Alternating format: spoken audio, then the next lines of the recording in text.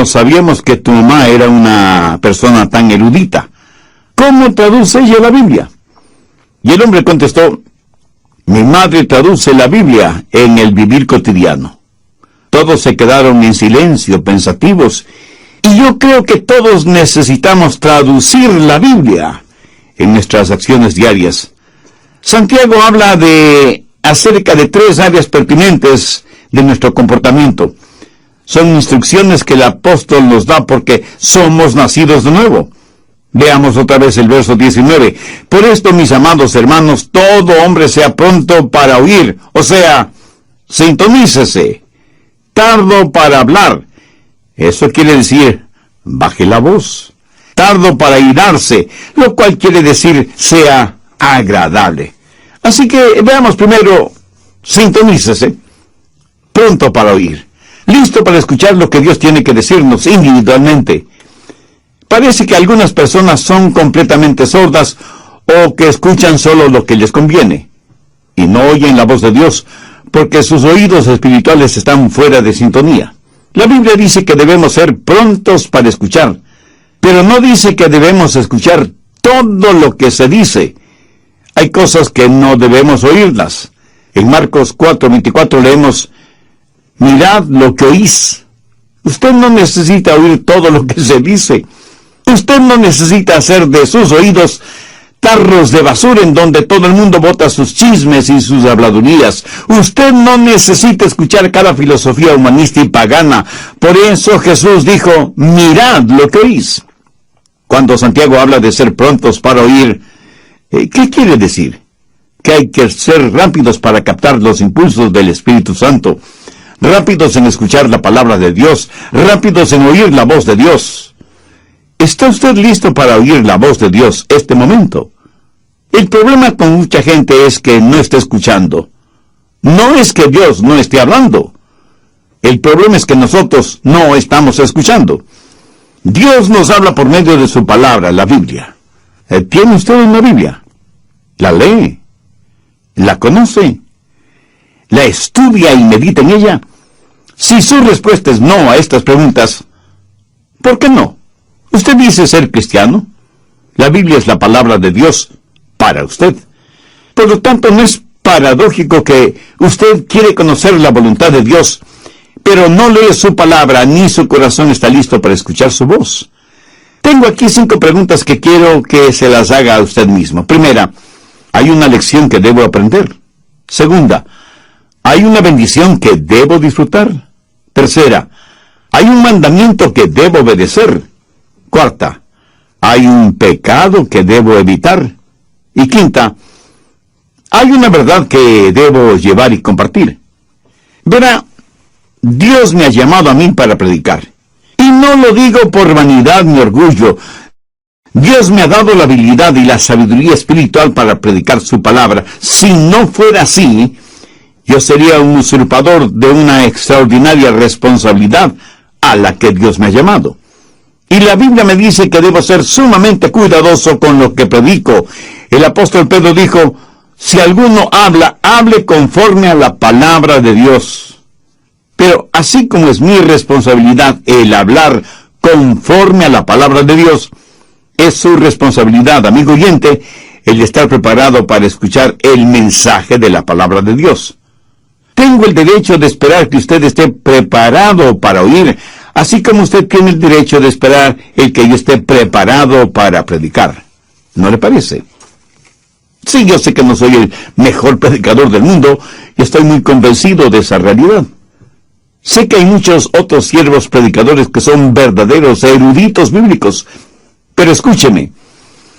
Aunque sé que otros pueden predicar mejor que yo, nadie, absolutamente nadie puede predicar un mejor evangelio, porque el evangelio es uno solo.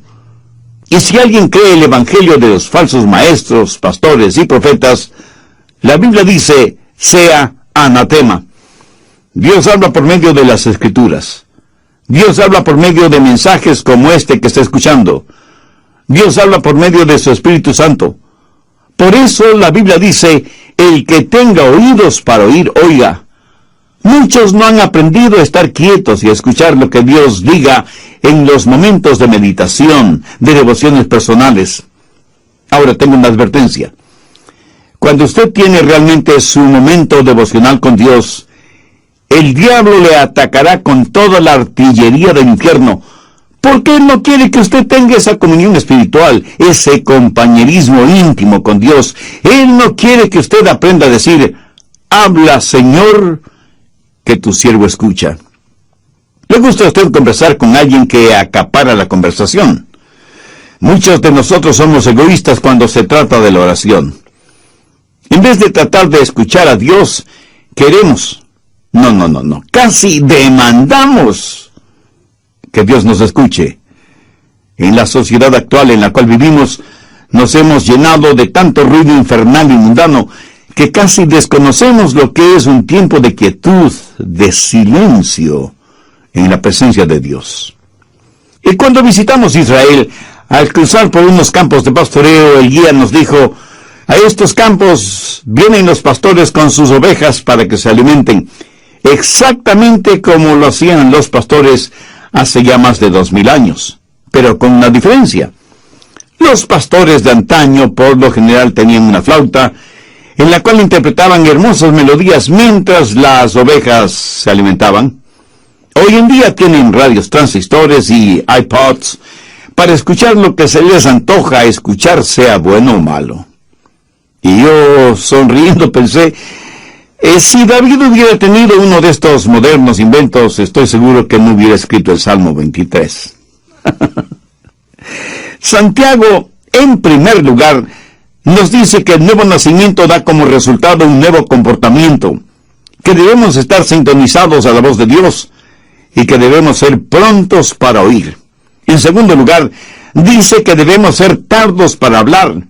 No solo que debemos estar sintonizados, sino que debemos pensar antes de hablar.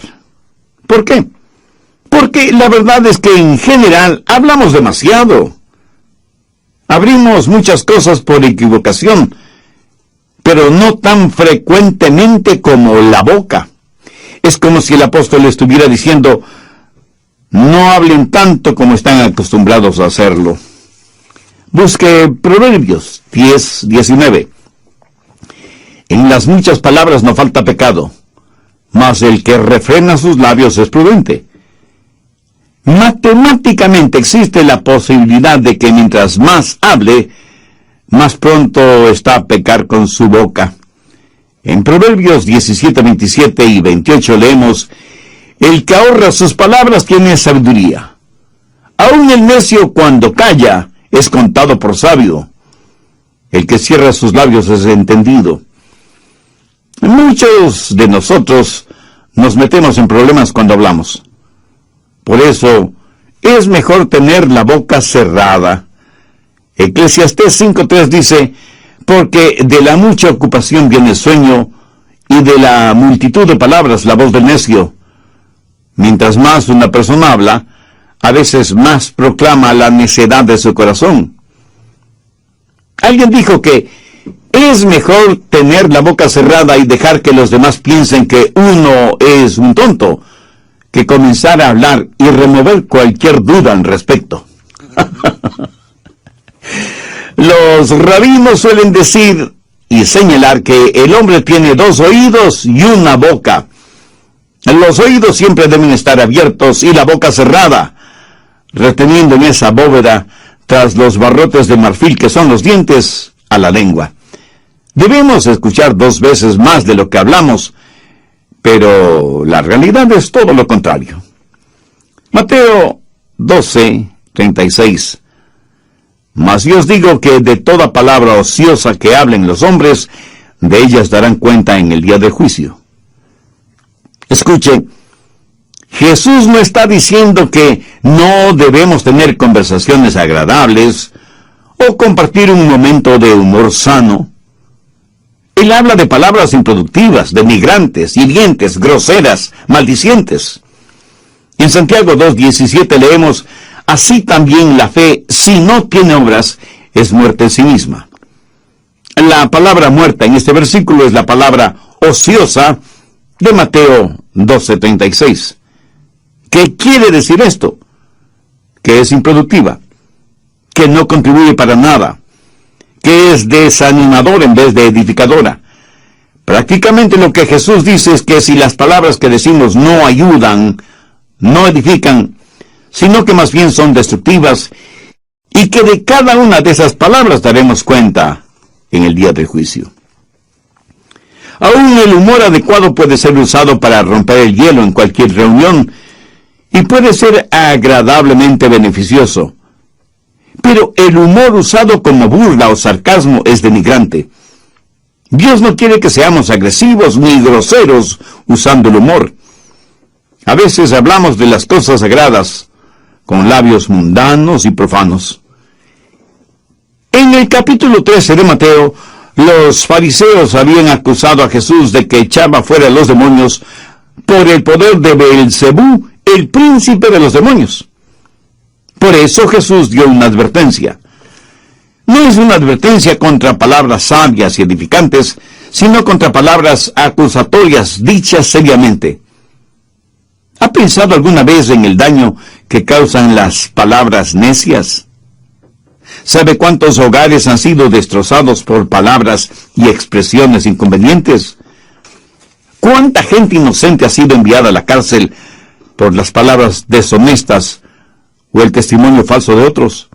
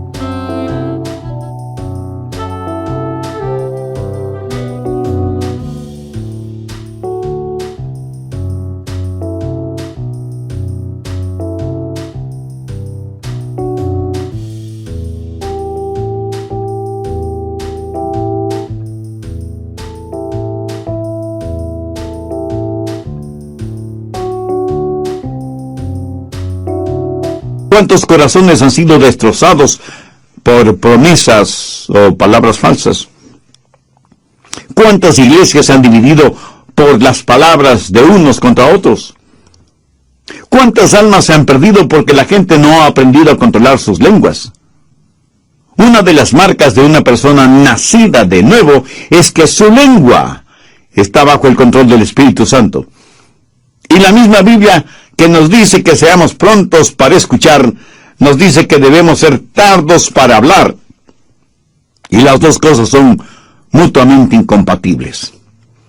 Hay una antigua rima infantil que dice: el viejo búho vivía en un roble, mientras más veía, menos hablaba. Mientras menos hablaba, más escuchaba. ¿Y por qué no podemos ser como ese viejo búho? ¿Lo ve? Ese sabio búho había aprendido a escuchar.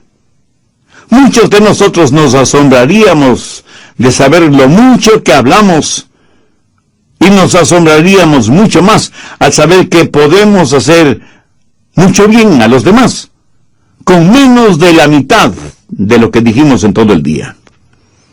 Salmo 141:3. Pon guarda a mi boca, oh Jehová, guarda la puerta de mis labios. Esta es una sabia manera de pedir ayuda a Dios para controlar sus palabras, de estar consciente de las cosas que dice. Entonces, Santiago hace énfasis en que las marcas de un nuevo cristiano son, primero, el que haya nacido de nuevo; segundo, que sea pronto para escuchar; y tercero, que sea tardo para hablar y para irarse. No solo debe estar en sintonía y bajar la voz, sino que debe ser agradable. Y el ser agradable no es más que la suma, el amalgamiento de las dos primeras características. Cuando una persona comienza a escuchar más y hablar menos, afecta su temperamento porque aprende a controlar su corazón. Porque cuando sus pensamientos son controlados y su lengua es controlada, entonces su temperamento es controlado. Por eso Santiago dice que debemos ser lentos para la ira.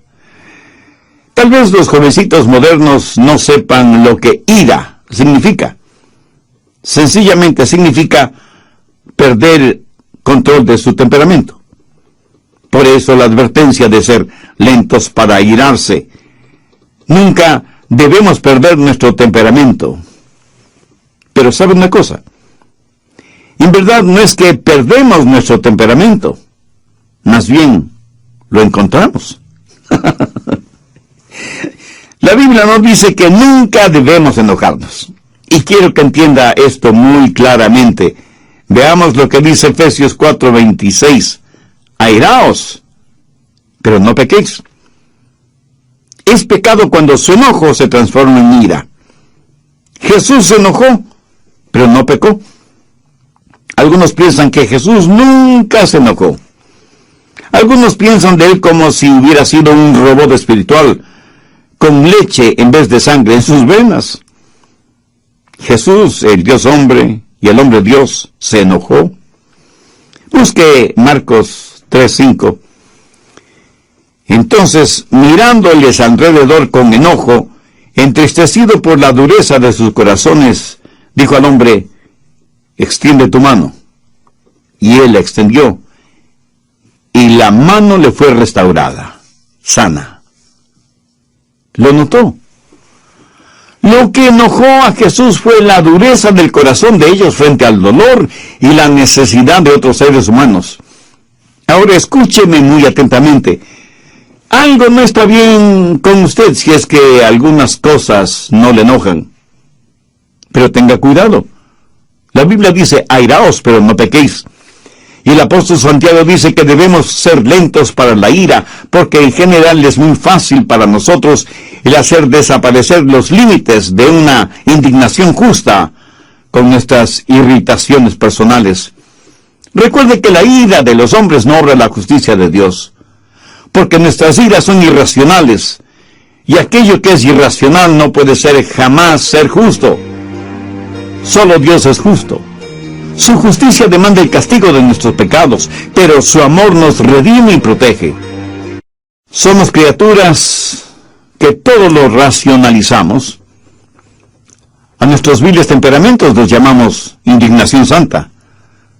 ¿Sabía que usted puede ser bueno y malo, malo y bueno al mismo tiempo? Veamos esto de bueno y malo.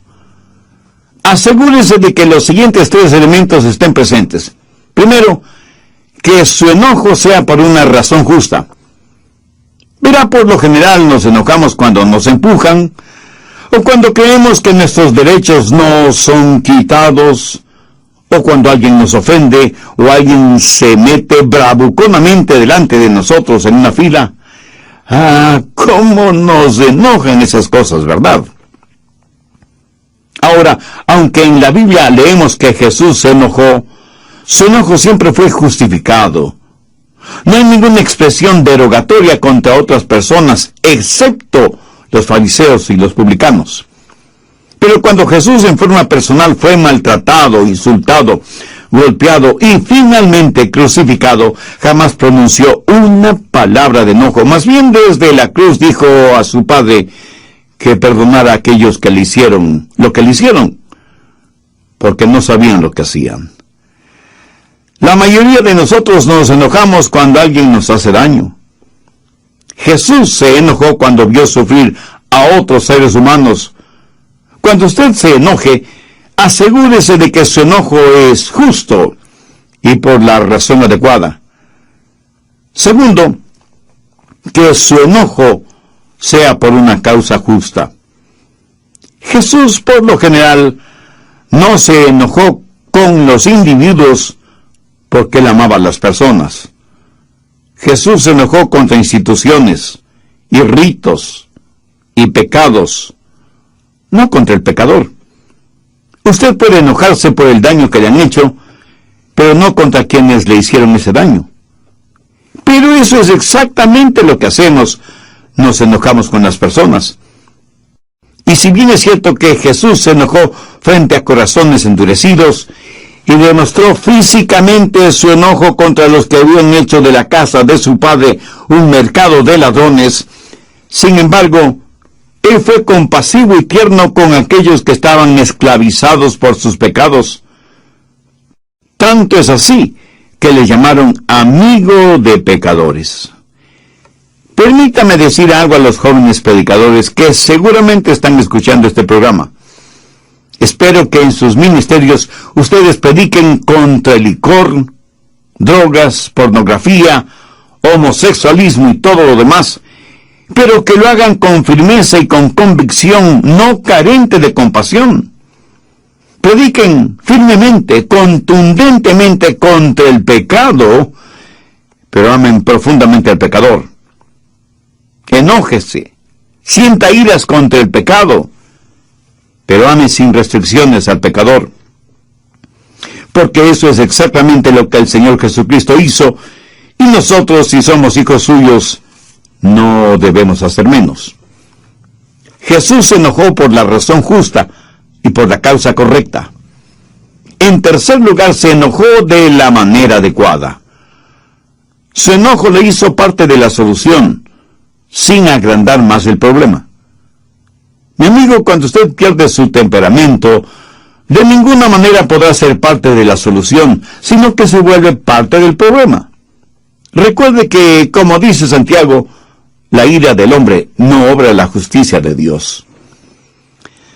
Cuando es el enojo de Dios, cuando el enojo es santo, entonces la justicia de Dios hará su obra.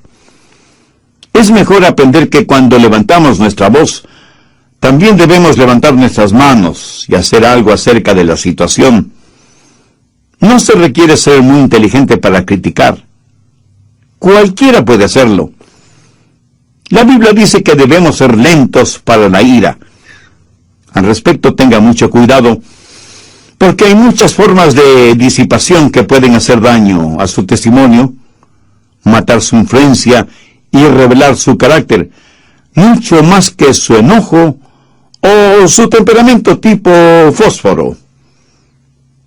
¿Quiere que le diga lo que la Biblia dice acerca de su temperamento? ¿Y qué es lo que eso prueba acerca de usted? Si usted tiene un fusible cortito, si usted es la clase de persona que explosiona por cualquier cosita, primero, usted es una persona que tiene una mente necia. Busque Eclesiastés 7:9. No te apresures en tu espíritu a enojarte, porque el enojo reposa en el seno de los necios. Y no vaya por ahí haciendo flamear su orgullosa superioridad intelectual, porque la Biblia dice que si usted es dado al enojo, usted no es nada más que un necio. Segundo, usted es una persona de carácter débil. Proverbios 16:32. Mejor es el que tarda en airarse que el fuerte, y el que se enseñorea de su espíritu que el que toma una ciudad. Algunos piensan que ser rápidos para enojarse y tener un temperamento violento es una señal de fortaleza. Algunos son verdaderos bravucones en sus casas, rompiendo y tirando las cosas al suelo, golpeando a sus esposas e hijos, manejando su vehículo como un verdadero maniático cuando otro vehículo se le cruza súbitamente en la carretera. Lo que usted considera una señal de fortaleza, en realidad es un signo de infantilidad, de falta de madurez. Actúa como un bebé con un ataque temperamental. ¿Qué es lo que dice Eclesiastés 16:32? Mejor es el que tarda en airarse que el fuerte, y el que se enseñorea de su espíritu que el que toma una ciudad. Cuando usted se enoja y pierde el control, está abriendo la puerta a toda clase de pecados que normalmente no los cometería. Dice cosas que usted sabe que no debe decirlas, y hace cosas que usted sabe no debe hacerlas. Busque Proverbios 20.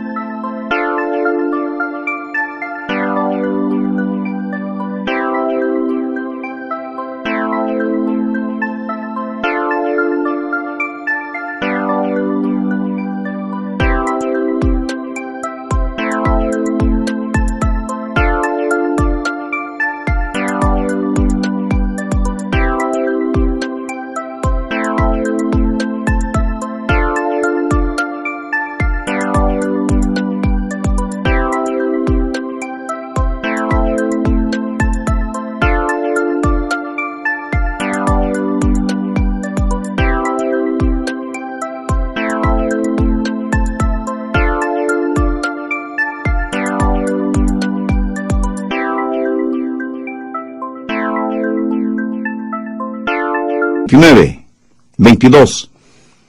El hombre iracundo levanta contiendas, y el furioso muchas veces peca.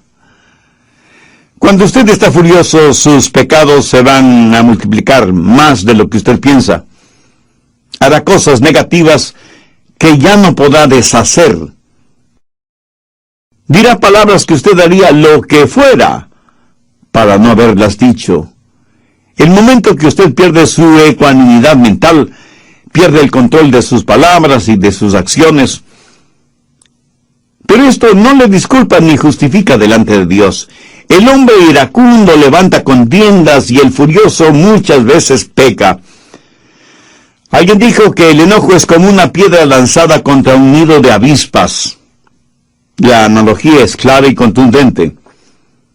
Sea iracundo y furioso, y se verá atacado por toda clase de pecados o transgresiones.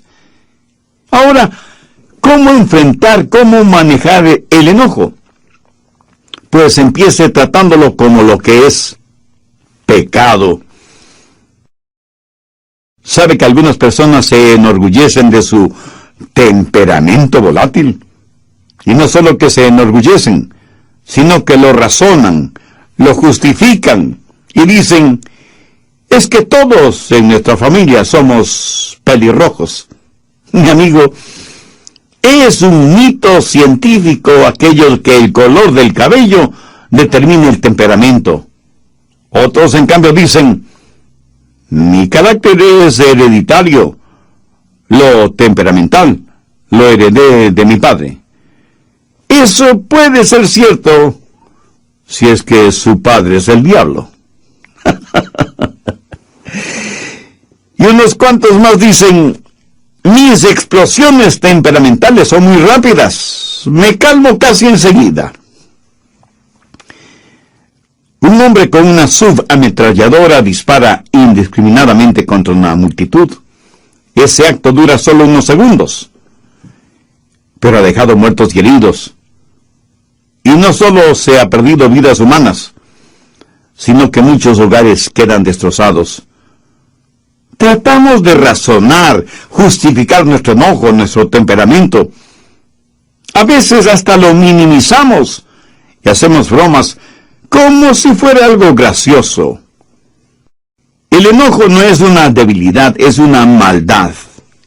Un temperamento violento tiene que ser visto como un temperamento vil. Y aunque usted no lo crea, lo que usted dice y actúa bajo la influencia de su enojo y su tendencia a ver lo que hay en su corazón.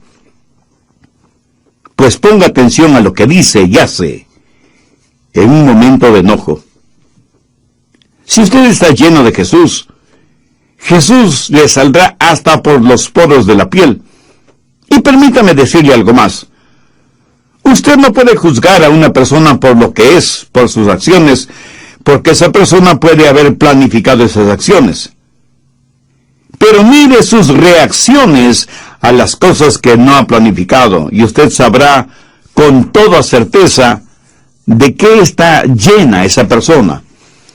La única manera de controlar un temperamento descontrolado es teniendo el corazón lleno de Jesucristo. Como usted ya se habrá dado cuenta, Santiago es eminentemente práctico al aconsejar.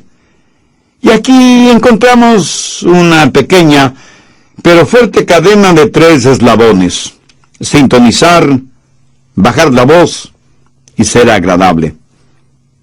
Verá, cuando comienzo a escuchar, cuando dejo de monopolizar la conversación, entonces aprendo a controlar mi temperamento, porque mis pensamientos y mis palabras tienen una forma de animar mi espíritu. ¿Sabía que usted puede animar a su espíritu con sus propias palabras? ¿Sabe que cuando verbaliza cosas buenas, usted se siente bien? Y que cuando verbaliza cosas negativas, usted se siente mal. Muchos de ustedes, si tienen la tendencia a argumentar con su cónyuge, por lo menos sea cuidadoso o cuidadosa con sus palabras. Se sorprendería al saber cómo sus palabras controlan su espíritu. Muchas veces hablamos sin pensar, pero después de que hemos dicho ciertas palabras, tenemos la tendencia a vivir esas cosas. Veamos lo que dice Proverbios 15:1. La blanda respuesta quita la ira, mas la palabra áspera hace subir el furor. Así que cuando escucha más y habla menos, descubrirá que tiene más control sobre su espíritu. Una palabra descomedida puede empezar un pleito. Una palabra cruel puede arruinar una vida. Una palabra amarga puede inyectar veneno. Una palabra brutal puede aniquilar una vida. Una palabra comedida será como un remedio. Una palabra gozosa puede iluminar el día. Una palabra a tiempo puede sanar heridas. Una palabra de amor es una palabra bendecida. Y todo esto es posible porque hemos nacido de nuevo. Todo es posible por medio del Señor Jesucristo. Mi amigo, escúcheme. Jesucristo no vino para hacernos personas buenitas. Él vino para hacernos nuevas criaturas. Y estas cosas de las que habla Santiago son los frutos de una persona nacida de nuevo. ¿Ha nacido usted de nuevo? ¿Ha recibido a Cristo en su corazón como Salvador y Señor? El que usted trate de controlar, usted necesita una nueva naturaleza, necesita nacer de nuevo. Dios le ama y tiene un plan para su vida. Jesús está llamando a la puerta de su corazón porque quiere darle nueva vida y hacerle una nueva criatura. Hace años en el río Mississippi, uno de sus puentes debía ser levantado para permitir el paso de los barcos. El hombre que estaba a cargo de ese puente tenía un trabajo muy importante: mover palancas, girar manijas, apretar botones para poner en funcionamiento los engranajes del puente para levantarlo y bajarlo nuevamente. El puente se movía sobre sus enormes bisagras para permitir el paso de barcos. Luego el encargado bajaba el puente para permitir el paso de los vehículos y los peatones. Un día el hombre trajo a su hijito, quien quería ver qué es lo que hacía su papá y cómo es que el puente trabajaba. El papá hizo su trabajo y los engranajes comenzaron a moverse y a levantar el puente para permitir el paso de un gran barco. Luego tenía que bajarlo rápidamente porque se aproximaba un tren de pasajeros. Pero cuando el puente estaba bajando, su hijito cayó a las aguas del río. El niño gritaba pidiendo que su papá le ayudara. El hombre sabía que no podía abandonar su puesto de trabajo, ni mucho menos los controles del puente. Si lo hacía así, el tren de pasajeros que se acercaba se descarrilaría y se hundiría en el río con toda su carga humana, y cientos de personas morirían ahogadas y sepultadas en los vagones del tren. El hombre tuvo que tomar una decisión. Se quedó en los controles, bajando el puente para que el tren pudiera pasar con seguridad, mientras con el corazón destrozado veía a su pequeño hijo desaparecer en las aguas del río. Nunca encontraron el cadáver del niño. Y cuando escuché esta historia, pensé en todas las personas que estaban en el tren, que vieron al hombre manejando los controles del puente, que agitaron sus manos y le sonrieron, y que nunca supieron el precio que ese hombre tuvo que pagar para salvarles. Espero que usted no haga eso con Dios, agitar la mano y sonreírle. Quiero que sepa que Dios puso a su Hijo Jesucristo en la cruz para que usted pueda cruzar con seguridad de la tierra al cielo. Quiero que sepa que Dios ama de tal manera al mundo, y aquí estamos usted y yo incluidos, que dio a su Hijo unigénito para que pagara el precio de la culpa de sus pecados. No los de Jesús, porque Él nunca pecó, sino sus pecados. Para que usted sea salvo, si deposita su fe y su confianza en Él. Dios le ama y quiere salvarle. Y por